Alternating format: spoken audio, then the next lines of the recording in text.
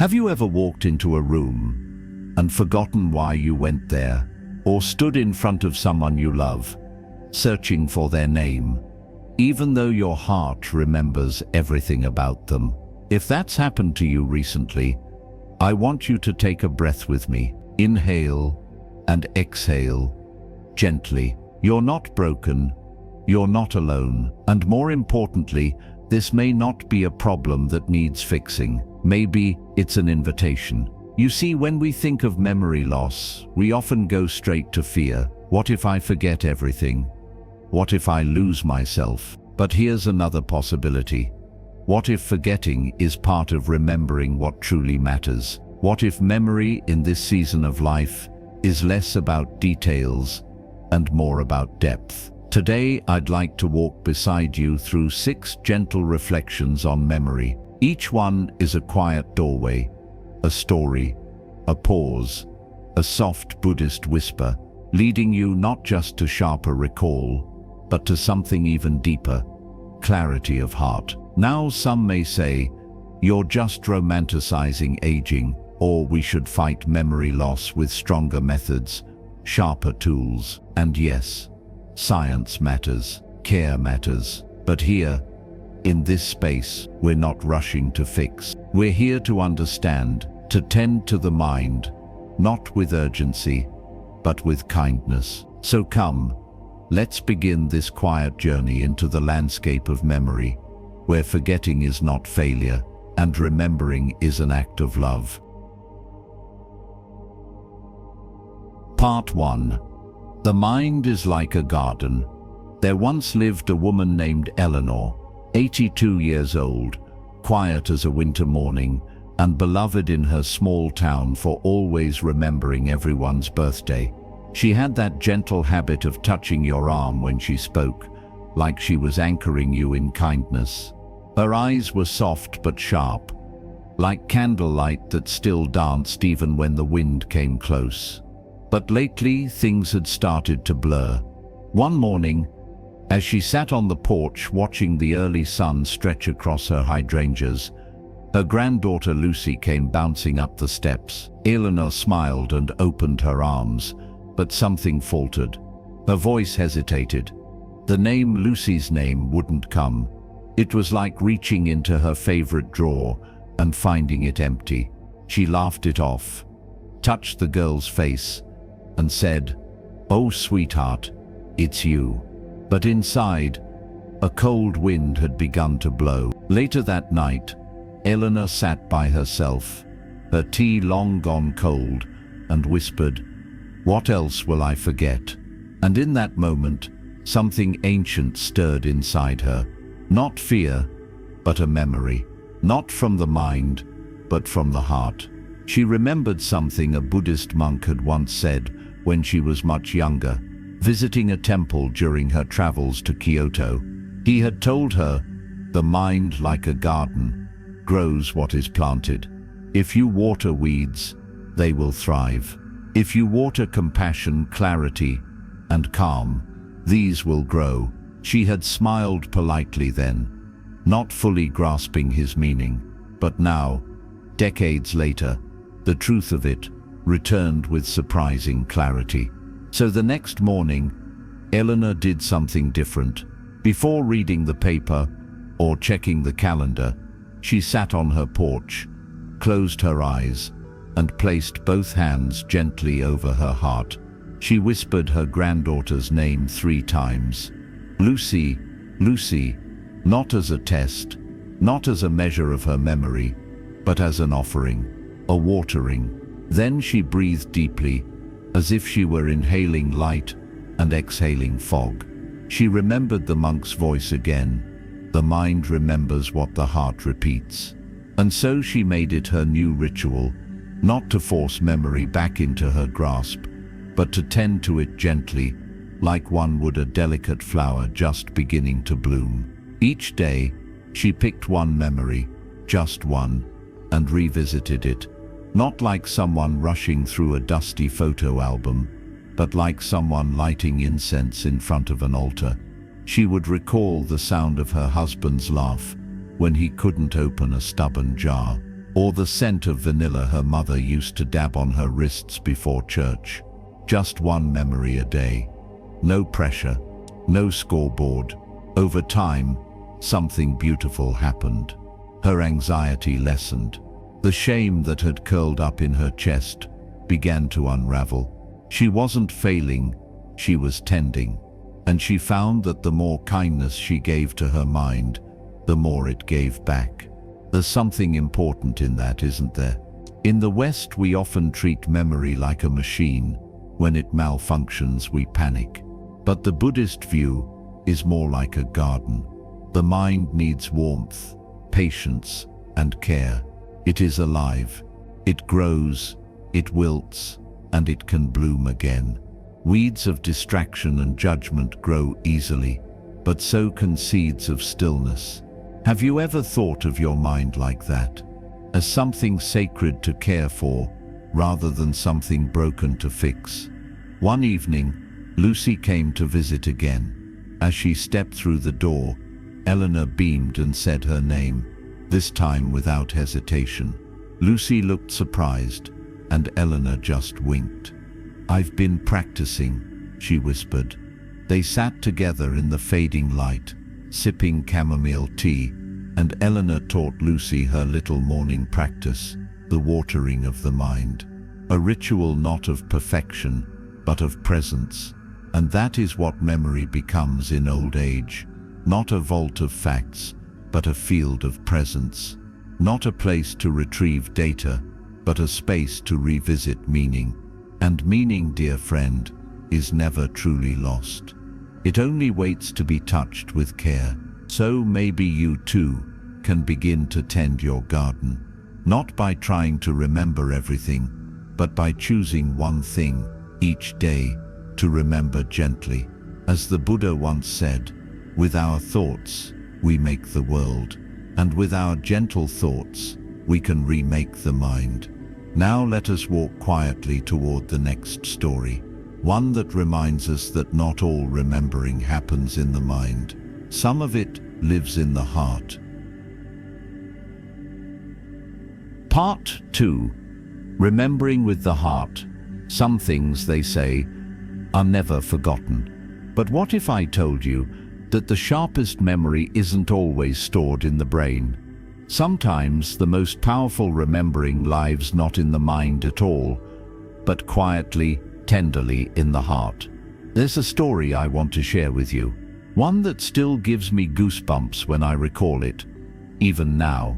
It's about a man named Thomas, retired piano teacher, father of 3, and a devoted husband to his late wife, Elaine. They had been married for 57 years. Together, they had built a life with quiet rituals, Thursday night spaghetti, long walks around the neighborhood, and every evening before bed, a slow dance in the living room to their favorite song, Moon River.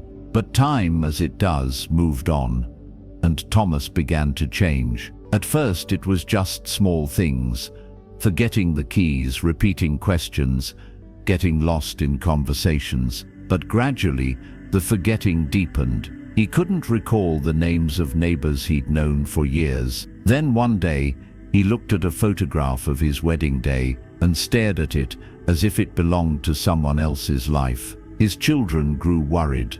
Doctors offered words like cognitive decline and early-stage dementia. And Thomas, usually calm and composed, grew restless, agitated. He would sit in his favorite chair with furrowed brows, trying to force memories back into place, as if pressing harder would make them stay. But the more he tried, the more slippery things became. Until one night, this part stays with me, his daughter placed a record on the old turntable and let the soft crackle fill the room. The song began, gentle and slow, Moon River, wider than a mile, and something shifted. Thomas, who had spent the day pacing and repeating himself, went quiet. His eyes softened. His hands, which had been trembling with agitation, now lay still in his lap. And then, almost in a whisper, he began to hum along. Not the lyrics. No, those were gone, but the tune, note by note, perfectly. He closed his eyes. Tears rolled silently down his cheeks. When the song ended, he looked at his daughter and said, "I still remember her, not with my head, but here." He placed his palm over his heart. There was no logic to explain it.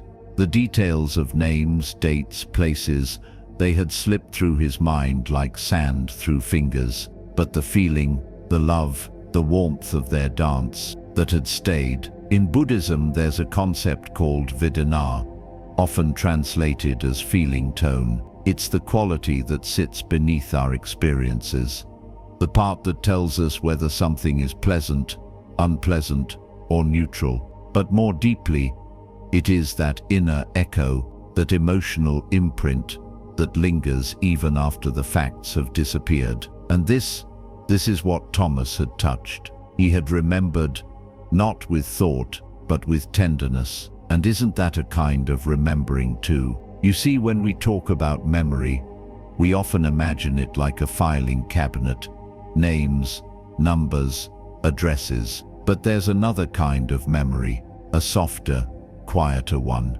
The one that recalls how your mother smelled when she hugged you, or the warmth of a grandchild's fingers wrapped around yours, or the way sunlight once spilled across the kitchen table and made you stop and smile for no reason at all. This kind of memory doesn't live in folders and drawers. It lives in the breath, in the body, in the heart. So perhaps the next time you find yourself forgetting something, a word, a face, a birthday, you might ask a different question. Not, "Why can't I remember this?" but rather, "What do I still feel even when the name is gone?" Because maybe that's where the gold is buried, not in perfect recall, but in the warmth that remains. And you can honor that warmth. You can keep it alive, not by straining, but by softening, by allowing space for feeling to return, like a gentle wave brushing the shore.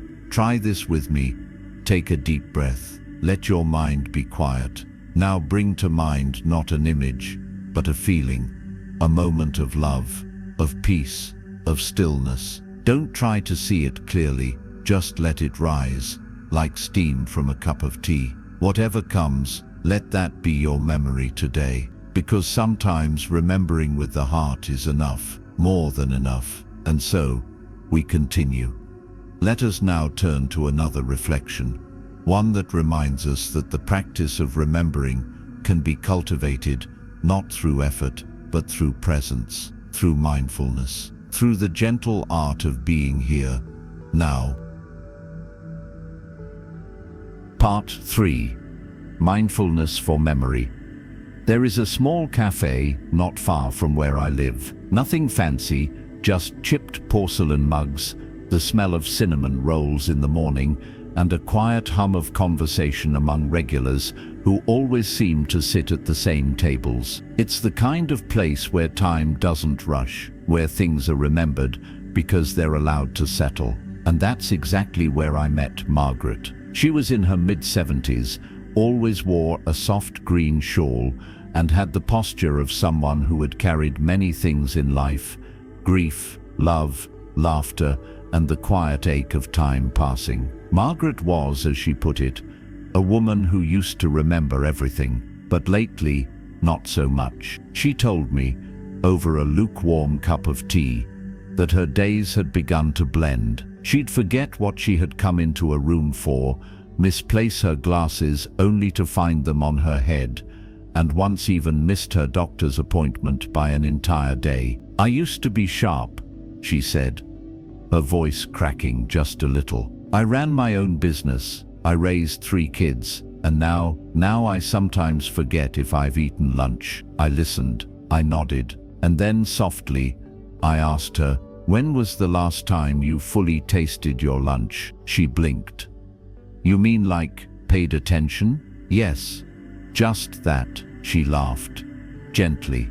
"I don't think I've done that in years." And so I shared with her what a monk once taught me during a silent retreat. He said, "If you cannot remember your life, perhaps it's because you were never fully present for it to begin with." That sentence struck Margaret.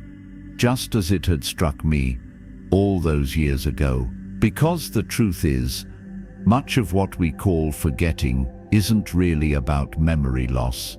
It's about presence loss. It's about a life lived on autopilot, where we move quickly from one thing to the next, without ever truly arriving in the moment we're in. How could we remember what we never truly inhabited? That day, I invited Margaret to try something simple, nothing dramatic, just mindfulness, applied not as a theory, but as a quiet practice of returning to now. I handed her a raisin. Yes, a single raisin. She looked at me like I'd gone mad, but played along. What am I supposed to do with this? Hold it, I said. Look at it like you've never seen one before. Notice the texture, the folds, the scent, and then place it on your tongue.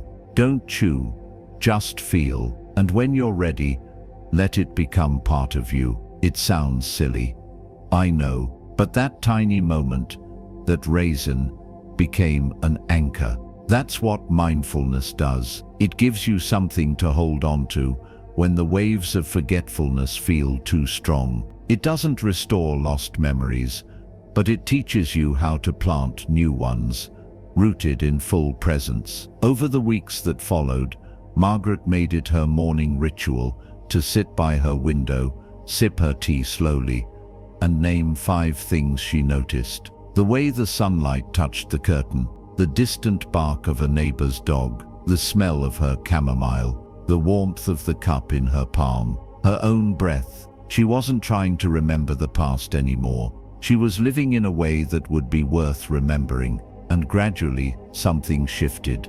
Her mind became clearer, not because the forgetfulness disappeared, but because her awareness deepened. She started recalling things, not just facts or appointments, but moments, real, lived, embodied moments. The feel of wind on her face, the sound of laughter from the park across the street, a sudden wave of peace as she folded laundry, fully present with each motion. She told me once, "It's not that I remember more, it's that I'm finally there when it happens." And that somehow stays with me. Buddhist teachings often speak of sati mindfulness, not as concentration, but as remembrance. It's the remembering to return, again and again, to what is true in this moment. And from that truth, clarity can arise. So I ask you now, quietly, with no rush, when was the last time you fully arrived in your day?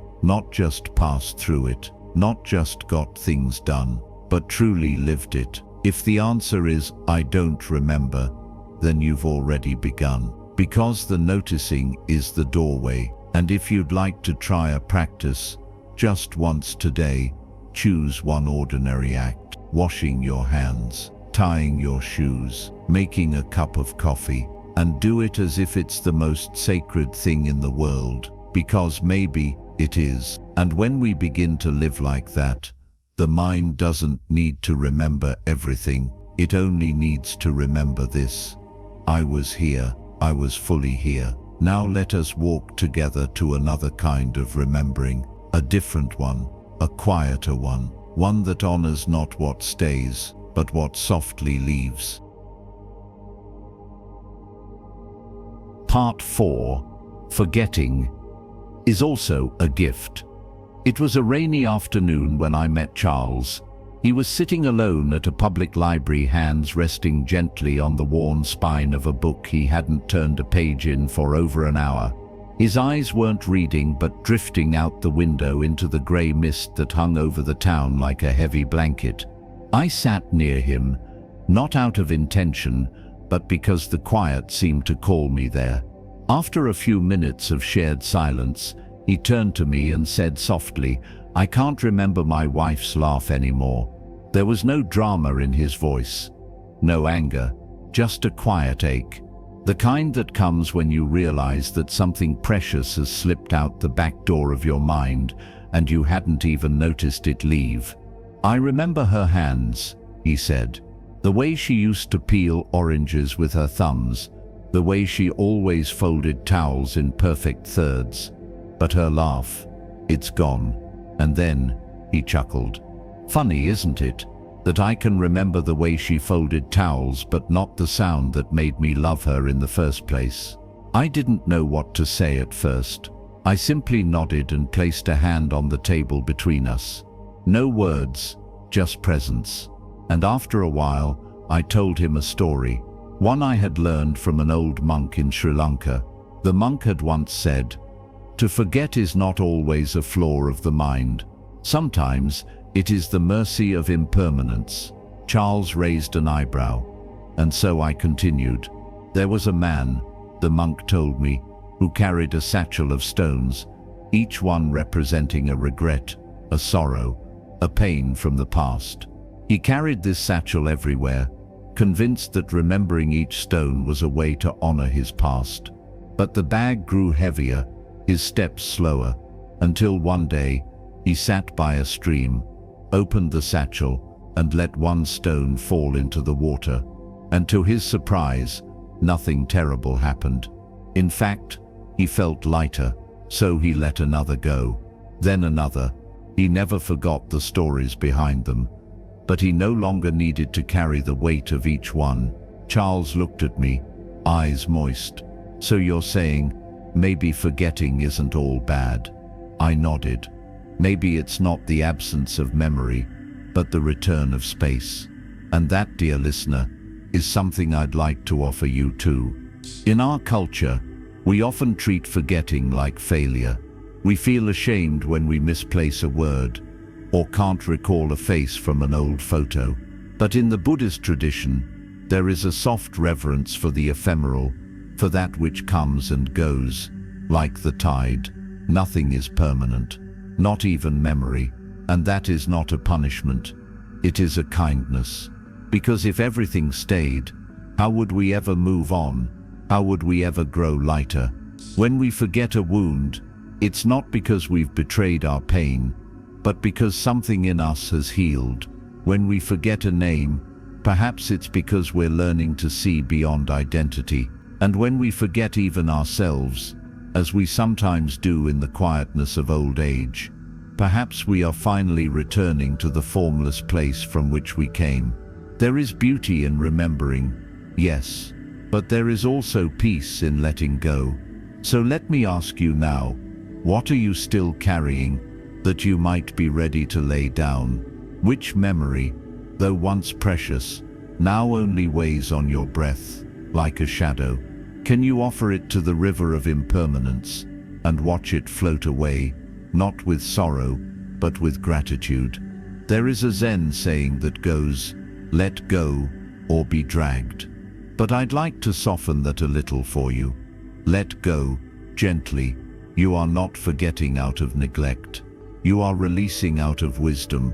Charles never did remember his wife's laugh, but a week later, he returned to the library with a new story. He had sat by the kitchen window, peeling an orange the way she used to, and for a moment, just a breath of a second, he heard a faint echo, not of sound, but of warmth, and he smiled. "I think I heard her," he said, "not with my ears, with my heart." And isn't that enough? So now, as we step onward in this gentle journey, I invite you to remember not with grasping, and forget not with fear, but to hold both with softness. Let what needs to return, let what needs to leave, leave, and trust that underneath it all, you are not losing yourself. You are becoming lighter. Now, let us turn the page. The next reflection is tender, about how to speak to the past, even when it grows quiet. How to reach across the distance of memory with a letter from the heart. Part 5. Letters to the Past. There's something sacred about writing a letter. Something slow, deliberate, and deeply human.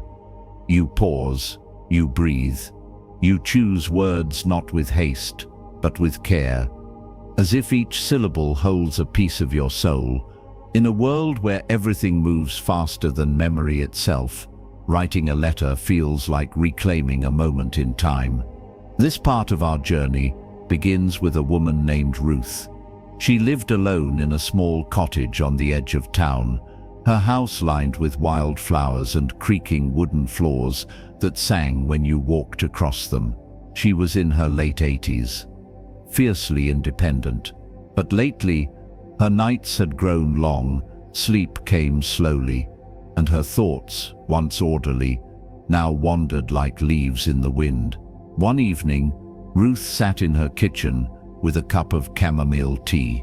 She had found an old photograph in a box tucked beneath the bed, her mother and father standing arm in arm, young and bright-eyed in black and white. She stared at their faces for a long while and whispered, "I can't remember what you sounded like anymore." It broke her heart a little. The voices that once filled her childhood, now distant echoes, unreachable, like a dream forgotten upon waking. But instead of turning away from the ache, Ruth did something unexpected. She opened a drawer, pulled out her favorite notepad, and began to write. "Dear Mama and Papa," she began, the pen trembling just slightly.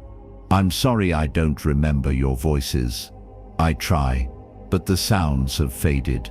Still, I remember how Mama's hands felt when she tucked me in at night.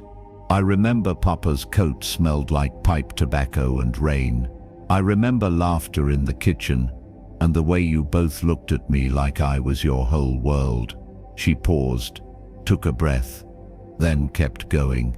That night, Ruth wrote not just a letter but a bridge, a tender connection between what had faded in memory and what still pulsed in feeling.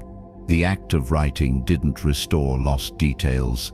It didn't magically return the past, but it gave shape to something wordless inside her, and in doing so, it softened the sorrow. In Buddhist practice, we speak often of right effort, not the kind that strains, but the kind that honors what's already present. Writing to the past is one such effort, not to drag memory back into the present, but to meet it where it lives, in the heart, in intention, in reverence. And so I invite you to ask yourself, is there someone or some part of your life that you've begun to forget, but don't want to lose entirely? Not to recall every fact or detail, but to offer something of yourself back into that space. A hello, a thank you, a letting go.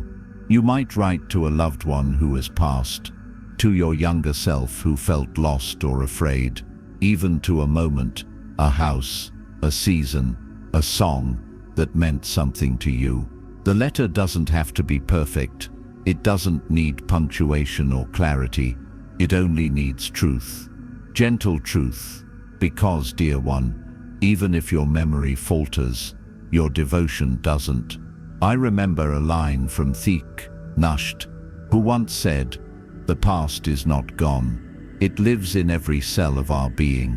When we breathe mindfully, we can touch the past with compassion, and writing, I believe, is a kind of breathing, with ink instead of air. Ruth began a small ritual after that night. Once a week, she would write a letter to someone from her past. Not all were happy memories. Some were full of regret, apology, longing. But with each letter, she said, "It feels like I'm stitching together the fabric of my life, even the parts that feel threadbare." And she never sent them. She placed each one into a small wooden box on her shelf. She called it her altar of remembering.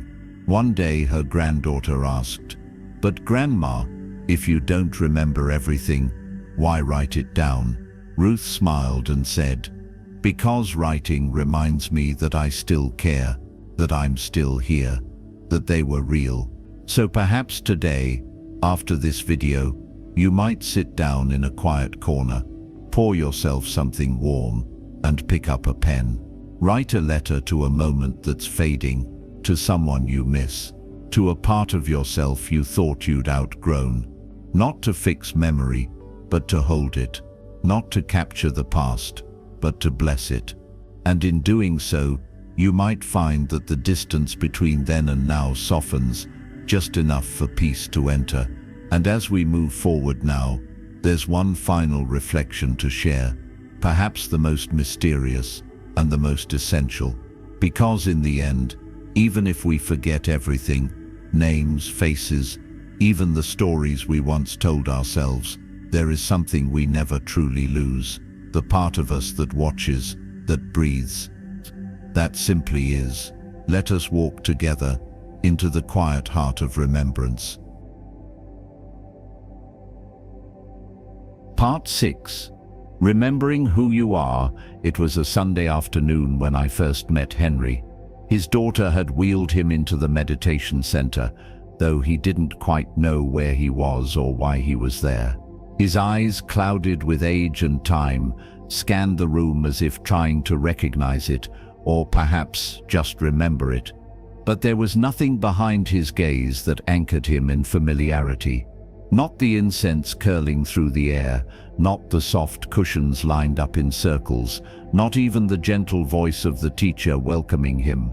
He was 89 years old, a retired naval officer, a father of 4, a grandfather of 7, a man who once had a memory sharp enough to recount the exact coordinates of storms he'd sailed through in the Pacific. But now, as dementia slowly unraveled the tapestry of his life, the stories had begun to disappear. The names, the faces, even his own. Sometimes he forgets that I'm his daughter. The woman whispered to me with tears tucked behind her brave smile. But then sometimes he says something that makes me believe he still knows who I am.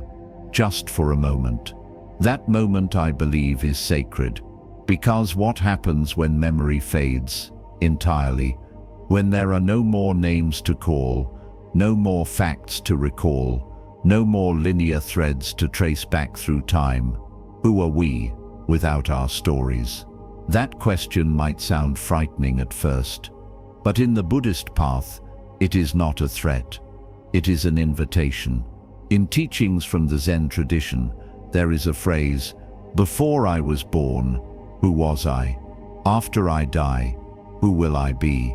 These are not riddles to solve, but questions to sit with, gently, softly. They point to something deeper than narrative, something older than biography. They point to awareness itself. Let me share with you what happened next. As the meditation session began, Henry seemed agitated. He fidgeted in his chair. He muttered softly, unsure of the silence. But then, just as the teacher rang the small brass bell that begins the session, something remarkable happened. From somewhere deep within, Henry lifted his head and looked out the window. The wind had picked up outside, rustling the chimes that hung from the cedar tree. They sang gently, a haunting, delicate music that seemed to settle the room. And in that moment, Henry's entire body grew still. His breath slowed, his shoulders dropped, and for just a few seconds, he closed his eyes, smiled faintly, and whispered, "I used to sit under a tree like that, with Elaine. We didn't talk much, just listened." Elaine, his wife, gone now for over 10 years, a name he hadn't spoken in weeks. That moment, that smile, it wasn't memory in the ordinary sense. It was something else. A flicker of presence, a return, not to the past, but to the truth beneath it. You see, there is a place in us untouched by time, a place that doesn't need names or stories or even clarity. It is simply the knowing that we are here, that we are aware. In Buddhism, this is often referred to as the original mind, or the luminous mind. It is the part of you that watched when you were 5 and still watches now. It doesn't age. It doesn't forget. It doesn't grasp. It only is. And no illness, no decline, can erase it. It is the quiet flame that continues to flicker, even when the house around it grows dim. So what if we began to see memory loss, not as erasure, but as peeling away? What if the forgetting is not a disappearance, but a revealing, a returning to something purer, quieter, simpler, when all else fades. Who are you? Perhaps not a title, not a parent, not a spouse, but awareness itself, breath, space, love.